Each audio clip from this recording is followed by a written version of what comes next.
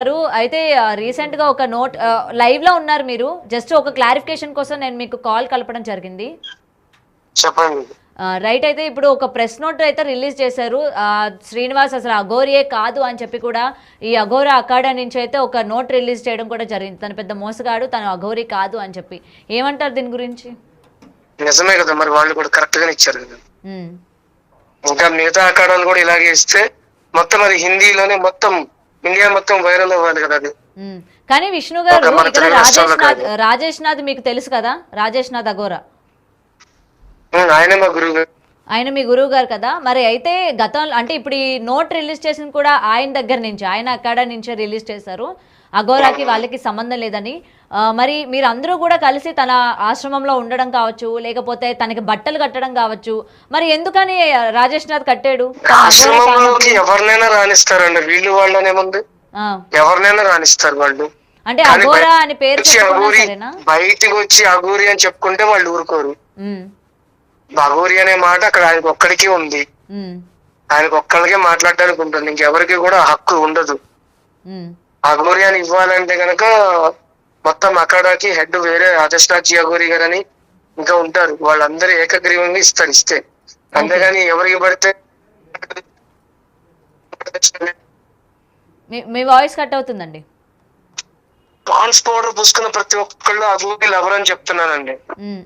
మరి అప్పుడు శ్రీనివాస్ మీ దగ్గరికి అంటే మీ గురువు గారి దగ్గరికి వచ్చిన తర్వాత తను బయట ఇలాగ తనని అందరూ కూడా అఘోరి అంటున్నారు, తను కూడా అలాగే చెప్పుకుంటున్నారు. మరి అక్కడ ఏమైనా వార్నింగ్ గట్టా ఏమైనా ఇచ్చారా రాజేష్ నాథ్, ఇలా చెప్పుకొని తిరగొద్దు అని చెప్పి? చెప్పారండి, అప్పట్లో ఆయన కూడా అన్నారు, సాధకులు అని చెప్పుకోండి అమ్మా, ఇలాగ అఘోరీలు అని చెప్పకూడదని ఆయన అప్పట్లోనే వార్నింగ్ ఇచ్చారు. కానీ మనోడు అక్కడి నుంచి బయటికి రాగానే, ఆయన కట్టిన బట్ట బయటికి రాగానే ఎప్ప తీసేశాడు, పోలీసుల మీదకి వెళ్తాడు, కొడతా ఉంటాడు. ఇప్పుడు కూడా ఏంటంటే జీవహింస మహాపాపం అని చెప్పి ఆయన చెప్తూ అతన్ని ఇబ్బంది పెట్టకుండా తనని కొద్దిగా ఆపండి అన్నారు తప్ప వాడు గొప్పోడు అని చెప్పి ఇప్పుడు కూడా ఎవరికి ఆయన చెప్పలేదు. ఓకే అంతేనండి. ఓకే. సో ఎందుకంటే అందరికీ కూడా ఈ ప్రశ్న ఉందన్నమాట. గతంలోని మరి తనకి బట్టలు కట్టాడు అఘోరి అనగానే తన గురువు లాగా ఆయన ఒక్కడే కాదు కదండి, ప్రభాకర్ గురూజీ కూడా కట్టారు, రోడ్డు మీద చాలా మంది కట్టారు. కట్టిన వాళ్ళందరికీ అదే బిరుదులు ఇవ్వలేదు కదా, అలాగే ఆయన కట్టాడు. ఆశ్రమంలోకి ఎవరినైనా రాణిస్తారు, మీరిన్నా కూడా రాణిస్తారు. అక్కడికి వచ్చే వాళ్ళంతా అఘోరీలు కాదు, ఇంకోళ్ళు కాదు. నార్మల్ గా మాలాంటి వాళ్ళందరూ సాధకులు అంటారు, అంతేగాని ఎవరిని అఘోరి అని పిలవరు, ఆయన ఒక్కళ్ళే అఘోరి ఇక్కడ, అంతే. ఓకే. సో మిగిలిన అతని దగ్గరికి ఎవరు వెళ్ళినా కూడా అందరూ సాధకులే, ఈ శ్రీనివాస్ సాధకుల కిందకి వస్తారు.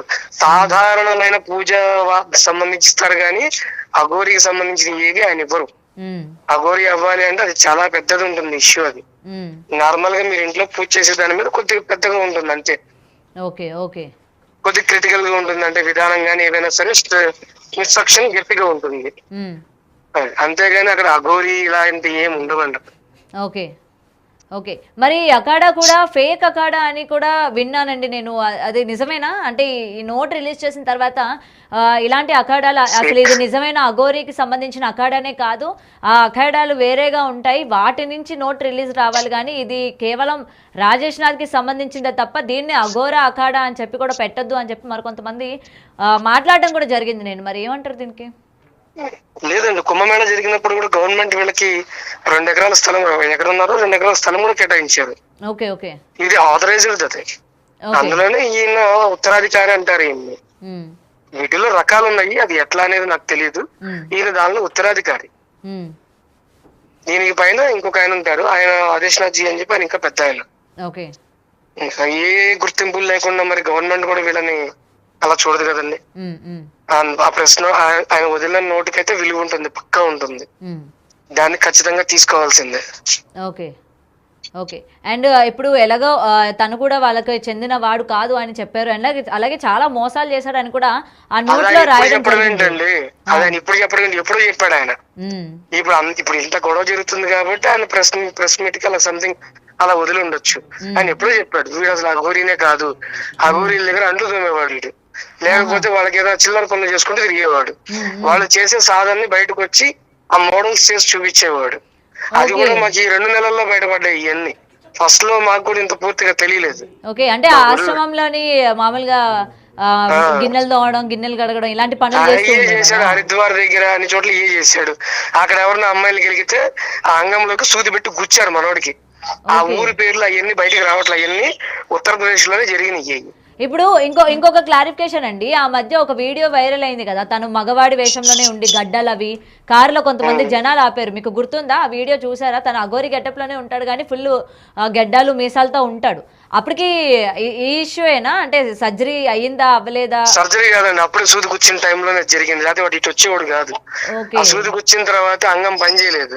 చూడండి దాని తర్వాత ఫొటోస్ లో చూడండి, ఆ అంగం వేలాడుతున్నప్పుడు నల్లగా ఇబ్బందికరంగా ఉంటాడు. ఆ తర్వాత మనోడు ఏం చేసిందంటే హాస్పిటల్లో వాళ్ళని మేనేజ్ చేసుకొని కాళికా అవతారం అని చెప్పి సంథింగ్ ఇంత స్టోరీ రాపించుకొని కట్ చేయించుకొని బయటకు వచ్చాడు. ఓకే ఓకే ఎక్కడికక్కడ అమ్మాయిలతో అయితే గొడవలు ఉన్నాయి, పూర్తిగా డొంకలాగితే చాలా వస్తాయి, కానీ ఎవరి ఫ్యామిలీలు వాళ్ళకు ఉన్నాయి, ఎవరి ఇబ్బందులు వాళ్ళకు ఉన్నాయి, ఎవరు బయటికి రావట్లేదు. నిన్న కూడా మీ కామెంట్స్ లో, వ్యక్తి కామెంట్స్ లో కూడా కింద ఎవరి దగ్గర డబ్బులు తీసుకున్నారని చెప్పి పెట్టారు, నేను స్క్రీన్ షాట్ తీసి పక్కన పెట్టాను నేను అది. ఓకే ఓకే అంటే బాధితులు మన వీడియోల కింద పెడుతున్నారు. మీ వీడియోల కింద నేను కూడా డబ్బులు ఇచ్చాను, మాకు కూడా 1.5 లక్ష తీసుకున్నాడు మా దగ్గర అని చెప్పి పెడుతున్నారు. వీళ్ళందరూ బయటికి రావడం కారణం ఏంటంటే వాళ్ళ ఫ్యామిలీస్ ఇబ్బంది పడుతాయి. ఓకే ఇవేంటంటే ఏ చిన్న విషయం వచ్చినప్పుడు మీడియా మొత్తం ఏంటంటే ఒక మీడియా 2 మీడియా, ఒకప్పుడు 5-6 ఉండి, ఇప్పుడు అలా కాదు, దాదాపు ఒక 50-60 ఛానల్స్ ఉన్నాయి. అందరికి చెప్పడం అనేది అవని పని ఈ రోజుల్లో అందరికి. సో అందుకని భయపడి ఎవరికి వాళ్ళు ఏంటంటే మీ కామెంట్స్ రూపంలో వదిలేస్తున్నారు. ఇదే హైదరాబాద్ లో కనీసం ఇంకో 3-4 ఫ్యామిలీస్ మనవాడి వల్ల సఫర్ అయిన 4 ఫ్యామిలీస్ గట్టిగా ఉన్నాయి. ఓకే ఓకే అది నేను చెప్పిన మాట కాదు, అతని మాటల్లోనే మీరు కూడా విన్నారు. అవును అవును. రాజస్థాన్ లో ఒక అమ్మాయి అయితే నాకు తెలుసు, బీహార్ లో ఒక అమ్మాయి కూడా నేను చూశాను, వాడు మొబైల్ లో మాట్లాడుతున్నప్పుడు చూశాను. ఓకే ఇలాంటివి మనోడికి చాలా ఉన్నాయి. ఏం అక్కర్లేదండి, మొబైల్ తీసుకొచ్చి ఖచ్చితంగా మీరు ఏదైతే టెస్ట్లు ఉంటాయి గవర్నమెంట్ దగ్గర, ఆ టెస్ట్ చేపిస్తే మనోడి జాతకం మొత్తం అందులో వచ్చేస్తుంది. Okay okay right. అయితే ఇప్పుడు ప్రెసెంట్ అయితే శ్రీనివాస్ స్విచ్ ఆఫ్ చేసుకొని పెట్టుకున్నాడు ఫోన్. మరి నోట్ ఆయన వరకు వెళ్తుందో లేదో కూడా తెలీదు. ఆయన చూసి ఇక నుంచి ఆయన ఫోన్ ఒకటి కాదు కదండి, నిమిషానికి ఒక సిమ్ కార్డు కొంటాడు. ఇది ఖచ్చితంగా గవర్నమెంట్ కనుక సుమోటోగా నిజంగా తీసుకుంటే ఫస్ట్ వాడు ఆధార్ కార్డు, ఆ వెళ్ళిపోయిన వర్షన్ ఆధార్ కార్డు కూడా తీసుకొని సిమ్ కార్డులు ఏమైనా కొత్తవి కొన్నారేమో చూసి ఆ సిమ్ కార్డుని ట్రేస్ చేయాలి. ఓకే దాదాపుగా నాకు తెలిసినప్పుడు 7 ఫోన్లు ఉన్నాయి, అందులో 6 ఫోన్లు నేనే కొనుక్కొచ్చి ఇచ్చాడికి. 7 ఫోన్లా? నేనే తీసుకొచ్చి ఇచ్చాను. ఆల్రెడీ మీ బిగ్ టీవీలో ఫస్ట్ ఇంటర్వ్యూలో చెప్పాను. అది 1,50,000 రూపాయలు ట్రాన్సాక్షన్ దానిలో ఉంటే 1,10,000 రూపాయలు పెట్టి నేను బిక్సీలో ఫోన్లు తెచ్చాను నేను.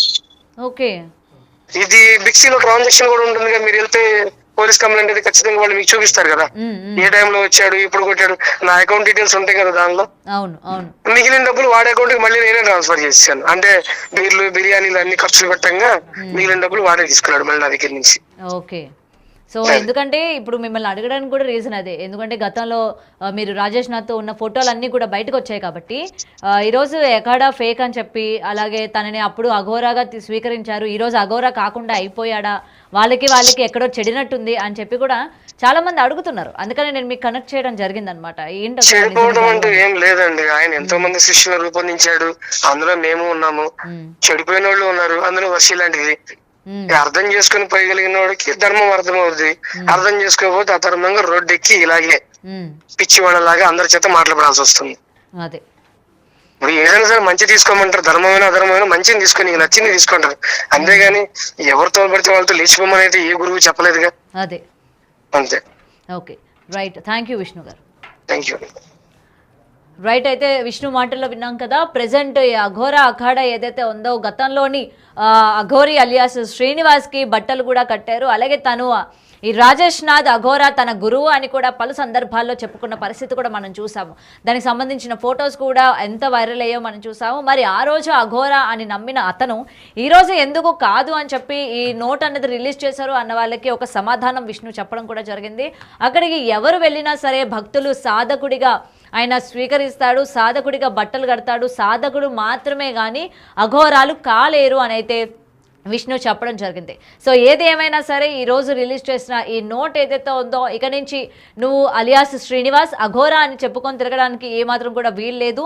కేవలం నువ్వు శ్రీనివాస్ అని చెప్పి తిరగడానికి మాత్రమే వీలుంది. అండ్ ఇంకొకటి తన ఒంటిపైన ఉన్న ఈ వస్త్రాధరణ కావచ్చు, ముఖ్యంగా రుద్రాక్షలు కావచ్చు, ఏదైతే దేవుడి పేరు చెప్పుకొని ఇప్పటి వరకు చేసిందంతా చాలు, ఇక నుంచి అయినా అదంతా చేసేసి తన ఇష్టం వచ్చినట్టు తిరిగితే ఈరోజు అటు హిందూ సంఘాలు కావచ్చు, లేకపోతే వేరే వాళ్ళు కావచ్చు, ఎవరు కూడా ఇంతలాగా రియాక్ట్ అయ్యే పరిస్థితి కనిపించదు. సో కేవలం డెఫినెట్గా దీని నుంచి అయితే రెస్పాన్స్ రావాలి. శ్రీనివాస్ ఖచ్చితంగా రెస్పాండ్ అవ్వాలి. ఇటు రాజేష్ నాథ్ మీద కూడా గతంలో ఈయన మంగళగిరిలో